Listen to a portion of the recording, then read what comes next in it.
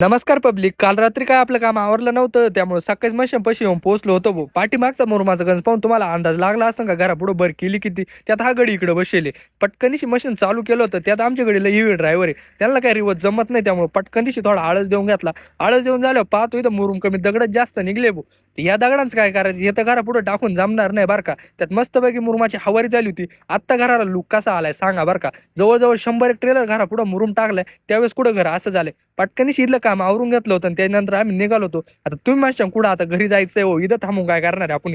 पटकनीशी निघालो होतो. हायवेला आल्यावर इलियनचं डोकं कुठून दिसलंय काय माहिती. याला म्हटलं तू आम्हाला काय साईड देणार नाही, त्यामुळे आम्हाला हळूच चालायची वेळ आली. त्यात शुभम डायरेक्ट वर चढला होता भोजीशी भाऊ. याला म्हटलं डांबराव नको पडू म्हणजे झालं. त्यात त्यानं व्हिडिओ मस्त घेतलाय बरं का. ट्रॅक्टरांचा लुक ना एकदम मस्त दिसत होता. पटकनीशी व्हिडिओ घेऊन खाली आलो होतो. ट्रॅक्टर घरी गेले होते ना, आपल्याला पुढच्या कामावरती जायचं होतं.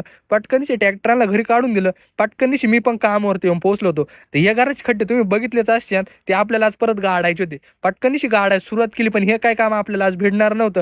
काम आवरता रात्र झाली, त्याच्यामुळे पटकनीशी मोटरसायकल घरी निघालो होतो. त्यात एवढी मोठी गाड्यांची लाईन ना, काही विषयच नाही भावांनो. एवढ्या गाड्या पाहून ना आपण म्हणलं आपण साईडला मारून घेऊ. घरी आलो तर यशना घेतलाय नवीन ट्रॅक्टर, तो टाकून जाय मम्मीकडे घेऊन आला होता भाऊ. मम्मीना पटकनीशी ट्रॅक्टर वावळून घेतला. यशला म्हटलं आता ना मम्मीला 500 रुपये दक्षिणा टाकतो, आता तसं काय होणार नाही बरं का. मग कसं वाटलं व्हिडिओ सांगा बरं का.